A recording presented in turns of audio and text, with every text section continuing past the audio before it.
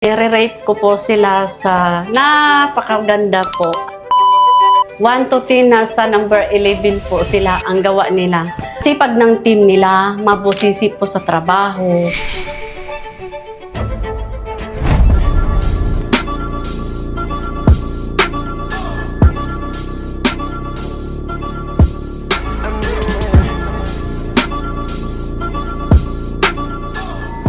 Good day mga ka-2AL. So, we're here in Gentry, Cavite pa din. So, tapos na kami sa ginawa namin kitchen cabinet at TV console dito sa project namin. So, ayun, kasama namin si Ma'am Elizabeth. So, Ma'am, may Yes. konting katanungan lang kami. Bakit sa daming cabinet maker, 2AL Furniture Manufacturing ang napili?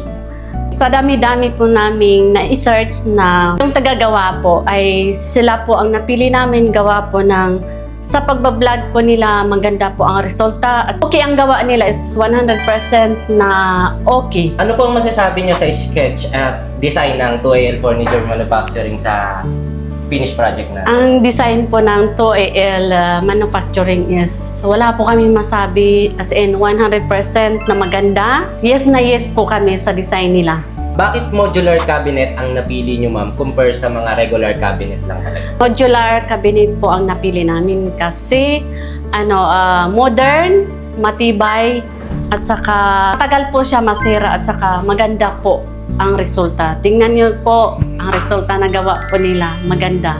Ano ang masasabi mo sa installation team ng 2AL? Masipag ba sila o mabilis? Ang masasabi ko lang sa 2AL Manufacturing, sipag ng team nila, mabusisi po sa trabaho, at malinis. Tingnan niyo po ang gawa nila, sobrang linis po at saka mabusisi sa trabaho at 100% po hindi po kayo magsisi sa kanila. So yun, ma'am, regarding sa final outcome, kung i-rate mo kami 1 to 10, sa anong rate niyo po kami ma-rate? I-rate ko po sila sa napakaganda po. 1 to 10 na sa number 11 po sila ang gawa nila. Kung i-tour ko kayo sa gawa nila, talagang masasabi nyo na totoo at matibay at hindi po tayo na scam. And lastly, syempre, legit ba si 2AL Furniture Manufacturing, ma'am? As in po, legit po. Makikita po sa gawa natin na talagang legit po ang 2AL Manufacturing.